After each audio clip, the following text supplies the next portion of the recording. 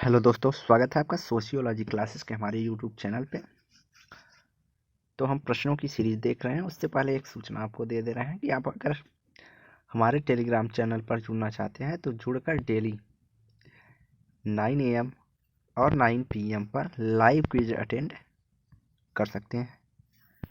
तो आइए देखते हैं आज का पहला प्रश्न। तो पहला प्रश्न है, मार्गन ने उद्विकास क्रमानुसार परिवार के कितने प्रकारों का उल्लेख किया है? 4, 5, 6 या 7? तो राइट आंसर जो हो जाएगा वह 5। मार्गन ने 5 प्रकार के परिवारों की चर्चा की है, जिसमें इन्होंने पहला समरक्त, दूसरा समूह विवाह परिवार, तीसरा सिंडेसियन परिवार, चौथा पितृसत्तात्मक परिवार और एक विवाही परिवार की बात करते हैं। तो इन्होंने जो प्रारंभिक अवस्था मानी थी, इन्होंने कहा कि उस समय यौन साम्यवाद था, तो इसीलिए इन्होंने इसे समरक्त परिवार कहा है। अगला है, यौन साम्यवाद को परिवार की उत्पत्ति का कारण कौन मानता है? हेनरी मैन, बैकोफन, वेस्टर्न, मार्क या मार्गन? तो राइट आंसर हो जाएगा मार्गन। अगला, मार्गन ने परिवार के उद्विकास के जो चरण बताए हैं वे अवरोही क्रम में निम्नलिखित हैं। अवरोही क्रम अर्थात बढ़ते क्रम में। तो पहला उन्होंने जो बताया था वह समरक्त परिवार बताया था। उसके बाद उन्होंने पुनालुगन या समूह विवाह परिवार या पुनालुगन परिवार, तो यहाँ पे कभी कभी समूह विवाह परिवार भी कहा जाता है। उसके बाद फर्स्ट पॉइंट ए हो जाएगा, सेकंड पर ए, थर्ड पर सिंडेसियन परिवार और चौथे नंबर पे उन्होंने पितृसत्तात्मक परिवार की बात की है और आखिरी में उन्होंने एक विवाही परिवार की चर्चा की है। तो राइट आंसर हमारा जो हो जाएगा ए। एग्जाम में हम केवल एक चीज़ देखेंगे, अगर अलग अलग ऑप्शन दिया है कि लास्ट ऑप्शन देखकर हम मान सकते हैं कि एक विवाही लास्ट में ही रहेगा। अगला है, परिवार के मूल्यांकन में मुख्य रूप से किस उपागम का प्रयोग किया जाता है? प्रकार्यवादी, संरचनावादी, अंतःक्रियावादी या इनमें से सभी? तो राइट आंसर जो हो जाएगा सभी।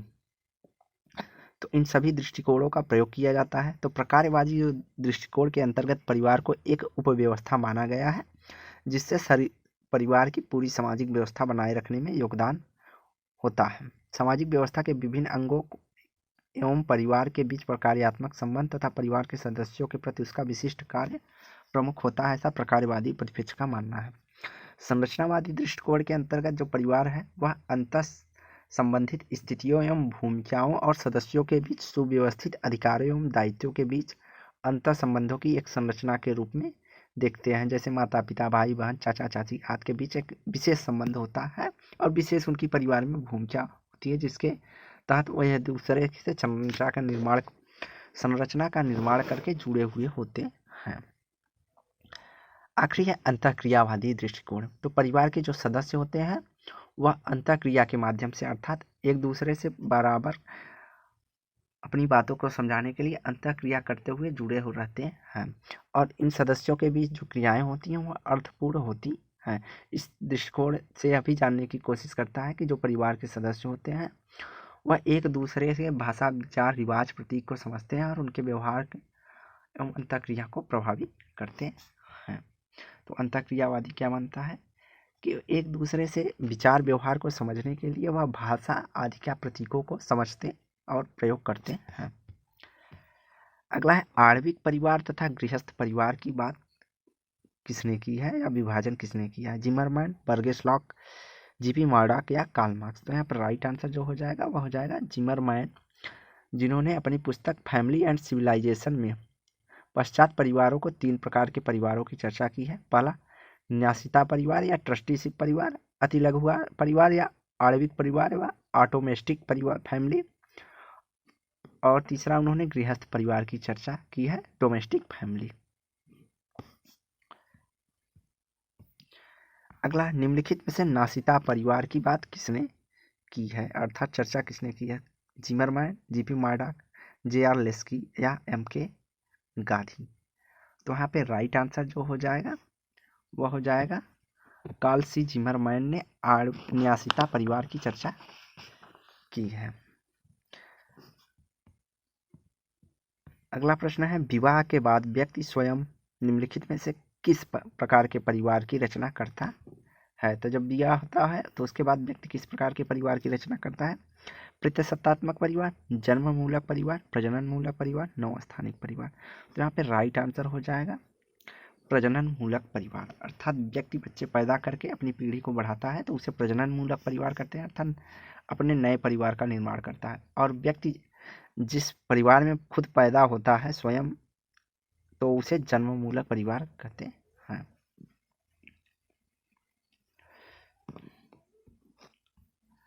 अगला, किसने विवाह के निम्नलिखित दो प्रकार सुझाए हैं? जन्मित परिवार, प्रजनन परिवार।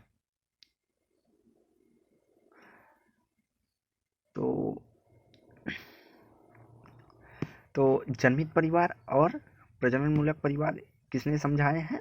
तो राइट आंसर हमारा हो जाएगा सी वार्नर द्वारा जन्मित और प्रजनन परिवार की चर्चा की गई है। तो हमने जैसा बताया कि जन्मित परिवार में व्यक्ति पैदा होता है और विवाह के उपरांत जब व्यक्ति अपना परिवार बढ़ाता है तो उसे प्रजनन परिवार कहते हैं या नया परिवार बनाता है तब। इसके अलावा जो मार्डॉक हैं उन्होंने सर्वप्रथम न्यूक्लियर फैमिली की बात की है। यह एक इम्पॉर्टेंट तथ्य है।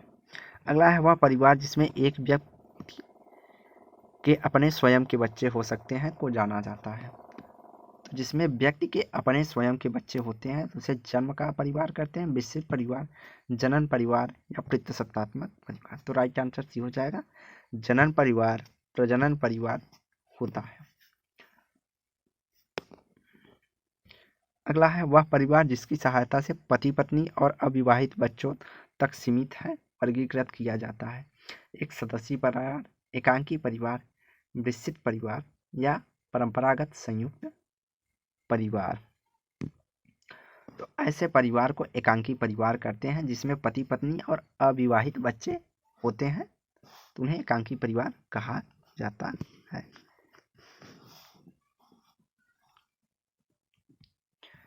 अगला है वेस्टरमार्क के मतानुसार परिवार का प्रारंभिक स्वरूप था मातृसत्तात्मक, पितृसत्तात्मक, मातृवंशी या पितृवंशी। तो यहाँ पे राइट आंसर हो जाएगा बी पितृसत्तात्मक वेस्टरमार्क के अनुसार प्रारंभिक स्वरूप था। वेस्टरमार्क का विचार था कि विवाह का इतिहास इसके एक विवाही स्वरूप से आरंभ होता है। तो वेस्टरमार्क ने विवाह का जो स्वरूप का प्रारंभ माना है वह एक विवाही माना है, जिसमें एक पुरुष एक स्त्री से विवाह करता था, अर्थात एक पत्नी प्रथा पाई जाती थी। उनका निष्कर्ष, उन्होंने यह निर्धारा कि जब ऐसी प्रथा चलती थी कि एक पुरुष एक ही स्त्री से विवाह करेगा तो वह पितृसत्तात्मक सत्ता या व्यवस्था पाई जाती थी।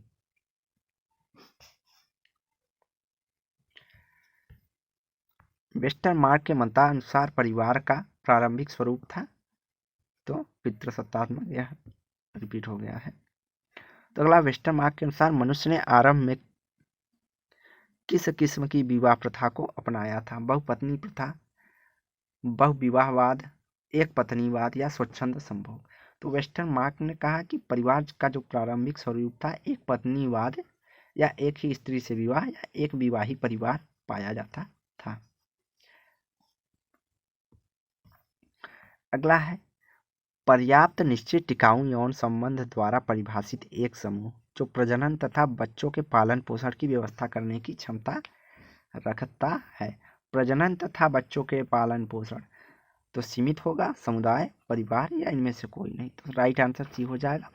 परिवार की सबसे महत्वपूर्ण विशेषता के रूप में क्या देखा जाता है कि प्रजनन तथा बच्चों का लालन पालन पोषण करना।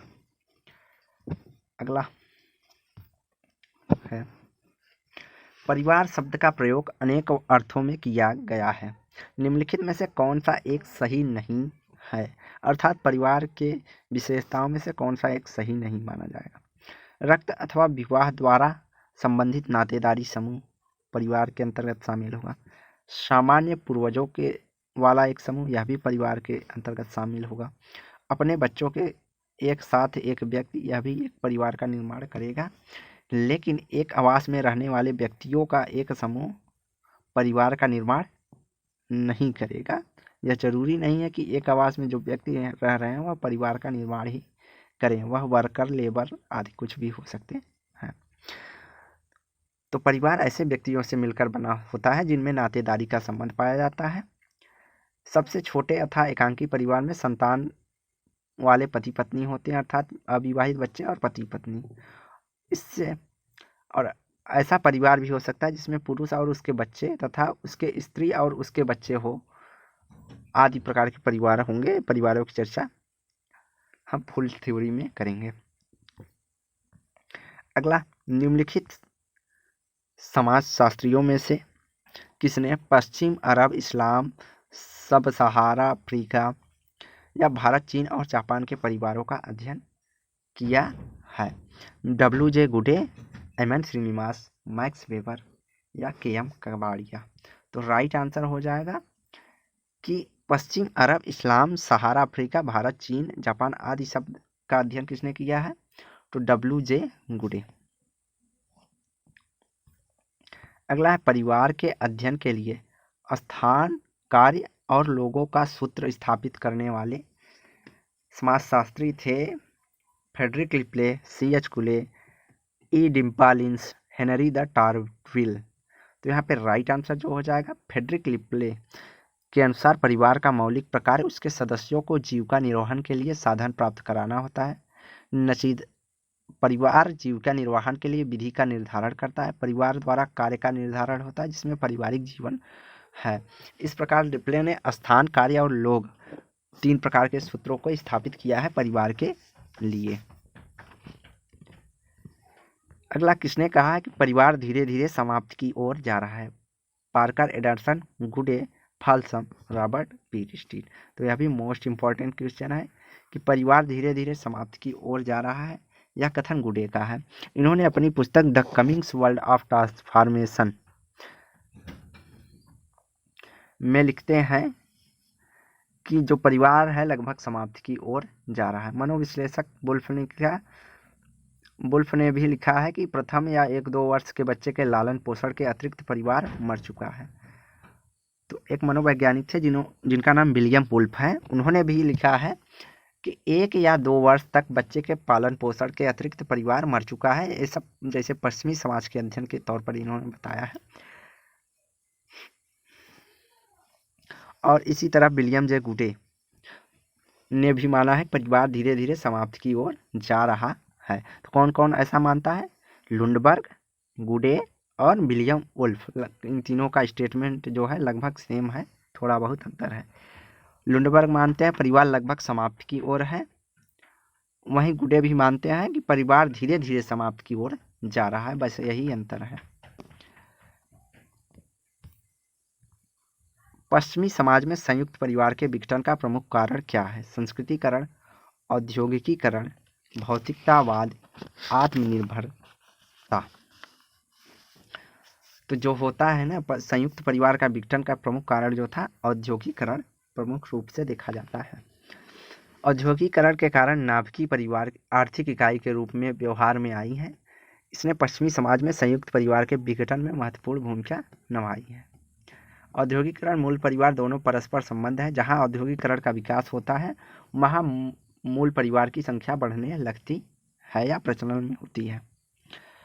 अगला है, सममित परिवार की अवधारणा किससे संबंधित है या किसने प्रतिपादित की है? अंग तथा बिलमोट, ओक्ले, ओमैन एवं स्मार्ट तथा स्मार्ट। तो यहाँ पर राइट आंसर जो हो जाएगा एंग तथा बिलमोट ने सममित परिवार की चर्चा की है। तो सिमेट्री का अर्थ जो होता है एक ऐसी व्यवस्था से होता है जिसके सभी अंग या भाग समान होते हैं।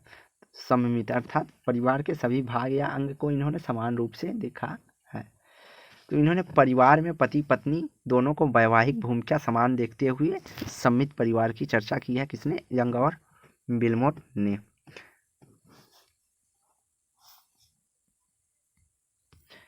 अगला है, विस्तृत परिवार का अर्थ है संयुक्त परिवार, समृद्ध परिवार, वैवाहिक परिवार या केंद्रक परिवार। तो विस्तृत परिवार का जो है समृद्ध परिवार, अर्थात कई एकांकी परिवारों का मिलकर जो परिवार होता है, दो या दो तीन एकांकी परिवार मिलकर जो परिवार करते हैं उसे विस्तृत परिवार की श्रेणी में रखा जाता है।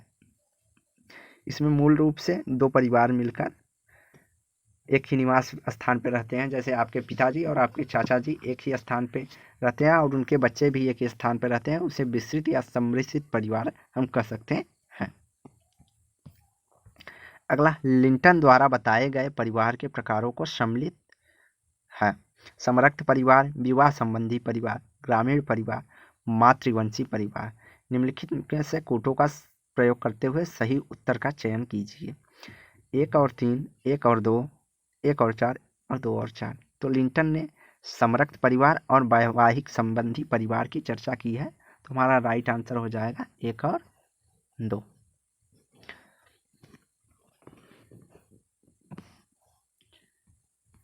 अगला है, आईपी देसाई द्वारा कितने प्रकार के परिवारों की विशेषताएं बताई गई हैं, अर्थात कितने प्रकार के परिवार बताए गए हैं। तो जो आईपी देसाई हैं, इन्होंने प्रमुखतः 4 प्रकार के परिवारों की चर्चा की है। पहला 1 पीढ़ी वाला परिवार, 2 पीढ़ी वाला परिवार, 3 पीढ़ी वाला परिवार और 4 पीढ़ी परिवार। दूसरा, इन्होंने 3 तरह से इसकी चर्चा की है। पहले तो इन्होंने कहा है जो 1 पीढ़ी के अनुसार। दूसरा, इन्होंने बताया है कि 5 प्रकार के परिवार हो सकते हैं। कार्य और निवास स्थान के आधार पर एकांकी परिवार, प्रकार्यात्मक संयुक्त परिवार, दायित्वों के अनुसार प्रकार्यात्मक सत्ता सूचक परिवार, आवासीय अर्थ में एकांकी किंतु संपत्ति कार्य एवं दायित्व की पूर्ति के लिए संयुक्त। अर्थात आवास तो अलग अलग रहेगा लेकिन संपत्ति कार्य दायित्व अलग अलग एक में रहेंगे। सीमांत संयुक्त परिवार की चर्चा इन्होंने की है, जिसमें संपत्ति कार्य तथा दायित्व पूर्ति में संयुक्त होगा और जिसमें 2 पीढ़ी शामिल होते हैं। इसके अलावा एक इन्होंने कहा परंपरागत संयुक्त परिवार। इसमें इन्होंने संपत्ति कार्य तथा दायित्व पूर्ति संयुक्त तथा 3 या अधिक पीढ़ी इसमें सम्मिलित इन्होंने किया है। इसलिए इन्होंने 2 आधारों की चर्चा की है। तो इस जो प्रश्न का था, आयोग ने इसके सभी को नंबर समान रूप से दिए थे। जिन्होंने 4 मारा था वो भी सही था, जिन्होंने 5 को मारा था वो भी सही है। उन्होंने 2 टाइप से परिवार की चर्चा की है, एक पीढ़ी के आधार पर, एक संपत्ति के आधार पर इन्होंने चर्चा की है। अगला है, दक्षिण भारत में पितृ वंशागत संयुक्त परिवार जो कुर्ग्स में पाए जाते हैं उन्हें कहा जाता है कुला, ओक्का, परंपरा या पितरीस। तो एम.एन. श्रीनिवास ने अध्ययन किया था दक्षिण भारत के कुर्ग्स का ओक्का लिंगा। इन्होंने अपनी पुस्तक एम.एन. श्रीनिवास ने the religion and society among the Coorgs of South India में इस बात की चर्चा की है कि जो दक्षिण भारत में पितृवंशागत संयुक्त परिवार कुर्स पाए जाते हैं उसमें ओक्का कहा जाता है। यह एक प्रकार की मजबूत संस्था है और इसी को लेकर इन्होंने संस्कृतिकरण की भी चर्चा की है।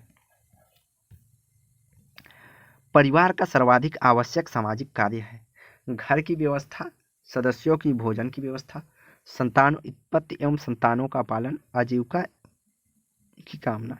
वैसे तो यह सभी परिवार की विशेषता है, लेकिन यहाँ पे पूछा है सर्वाधिक आवश्यक, तो राइट आंसर हमारा सी हो जाएगा।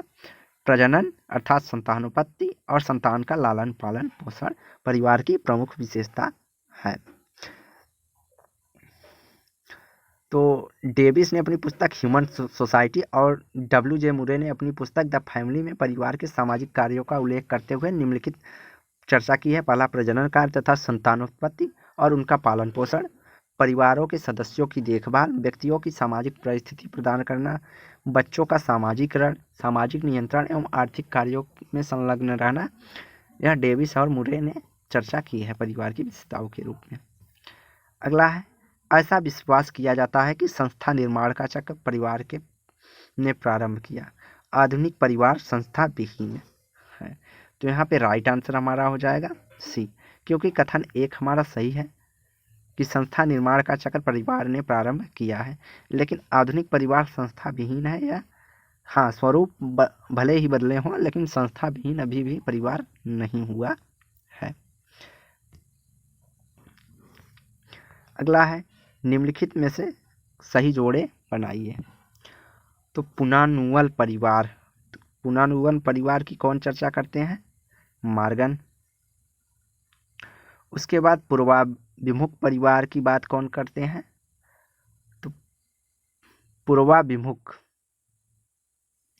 परिवार या प्रभाव परिवार या अनुकूलन परिवार, यह एक ही है। प्रजनन परिवार, जन्ममूलक परिवार, ये सब जो है वार्नर ने बताए हैं, तो इसका 2 हो जाएगा। अति लघु परिवार की बात करते हैं, अर्थात आणविक परिवार। आणविक परिवार की कौन चर्चा करते हैं? जिमरमैन। दंपत्ति तथा समरक्त परिवार की बात करते हैं, राल्फ लिंटन। दंपत्ति अर्थात वैवाहिक एवं समरक्त परिवार की बात कौन करते हैं? Ralph Linton. तो राइट आंसर हमारा ए हो जाएगा, सभी लगभग मिले हुए हैं। अगला है एकांतिक नाभिकीय परिवार की अवधारणा है। Eugene Litwak, Colin Bell, T Parsons या आईपी देसाई। तो एकांतिक नाभिकीय परिवार की चर्चा किसने की है? टालगट पार्सन्स ने। इन्होंने कहा परिवार समाज की मौलिक इकाई है। यद्यपि सामाजिक वैज्ञानिक परिवार की संरचना एवं संगठन के विभिन्न स्वरूपों का अध्ययन किया है, किंतु फिर भी किसी एक व्यापक संस्कृति रहित सामान्यकृत स्वरूप करने में बहुत ही कठिनाई आई है, जो विभिन्न प्रकार के परिवारों पर लागू होती है। अर्थात इन्होंने बताया कि जो है परिवार एक सार्वभौमिक अवधारणा तो है, परंतु जो है अलग अलग स्थान और जगह पर अलग अलग प्रकार के परिवार पाए जाते हैं, इसलिए परिवार की एक सामान्यीकृत अवधारणा देना या विकसित करना है काफ़ी कठिनाई भरा था। अगला है किसने कहा है कि परिवार एक सार्वभौमिक संस्था है? तो राइट आंसर ए हो जाएगा। जीपी मार्डॉक ने कहा कि परिवार एक सार्वभौमिक संस्था है। इन्होंने 250 परिवारों का अध्ययन करके यह बताया कि इस परिवार एक सार्वभौमिक संस्था है। प्रत्येक समाज में किसी न किसी रूप में परिवार की उत्पत्ति इन्होंने देखा है। अगला है किसके द्वारा पुरुष की एकाधिकार की भावना और इच्छा को परिवार की उत्पत्ति का प्रमुख कारण बताया गया है? वेस्टरमार्क, ब्रीफाल्ट, मॉर्गन या टाइलर। तो राइट आंसर हो जाएगा ए, वेस्टरमार्क। वेस्टरमार्क ने अपनी पुस्तक हिस्ट्री ऑफ ह्यूमन मैरिज में पुरुष की एकाधिकार की भावना और ईर्ष्या को परिवार की उत्पत्ति का प्रमुख कारण बताया है। इन्होंने कहा महिलाओं पर एकाधिकार पाने के लिए व्यक्ति इस प्रकार के क्रिया करते हैं और तभी से एक विवाही प्रक्रिया चली आ रही है, ऐसा वेस्टरमार्क का मानना है। लेकिन ब्रीफाल्ट ने इनका खंडन करते हुए कहा जब परिवार रूपी संस्था अस्तित्व में आई तब भी मातृसत्तात्मक ही परिवार मौजूद थे। परिवार की उत्पत्ति का पितृसत्तात्मक सिद्धांत किसने प्रतिपादित किया? Westermarck, sir Henry man, Morgan, Fraser. तो यहाँ पे राइट आंसर हो जाएगा सर हेनरी मैन ने पितृसत्तात्मक सिद्धांत का प्रतिपादन किया था 1861 में अपने अध्ययन में। और इन्होंने पितृसत्तात्मक के अलावा पितृस्थानिक एवं पितृवंशी भी इसे कहा है।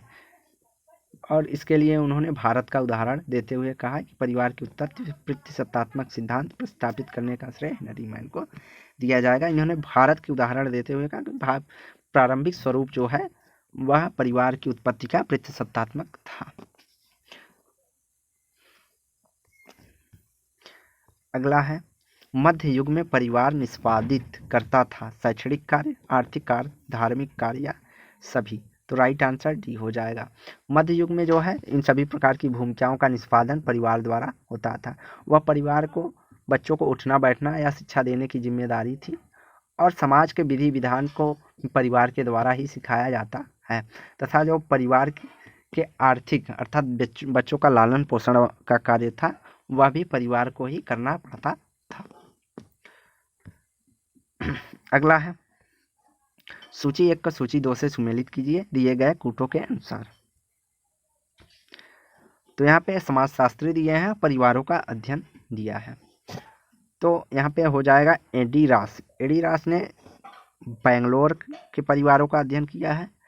आईपी देसाई जो है इन्होंने महुआ, गुजरात के महुआ नामक स्थान पर अध्ययन किया था। के एम कपाड़िया ने नवसारी, सूरत के नवसारी के परिवारों का अध्ययन किया था और MS गोरे ने दिल्ली के परिवारों का अध्ययन किया है। तो यहाँ पे राइट आंसर हो जाएगा 2, 4। तो 2 और 4 हमारा किस ऑप्शन में है? पहले दूसरे बी। तो राइट आंसर हमारा बी हो जाएगा 2 4 1 3। तो एक बार फिर से देख लेते हैं। एडी रास इन्होंने बेंगलोर के परिवारों का अध्ययन किया था। आईपी देसाई गुजरात के महुआ परिवारों का। कपाड़िया सूरत के नवसारी परिवारों का अध्ययन करते हैं। और जो एमएस गोरे हैं वह दिल्ली के परिवारों का अध्ययन करते हैं। तो आज की वीडियो यहीं समाप्त करते हैं। वीडियो को लाइक एंड शेयर करें, चैनल को सब्सक्राइब करें। धन्यवाद।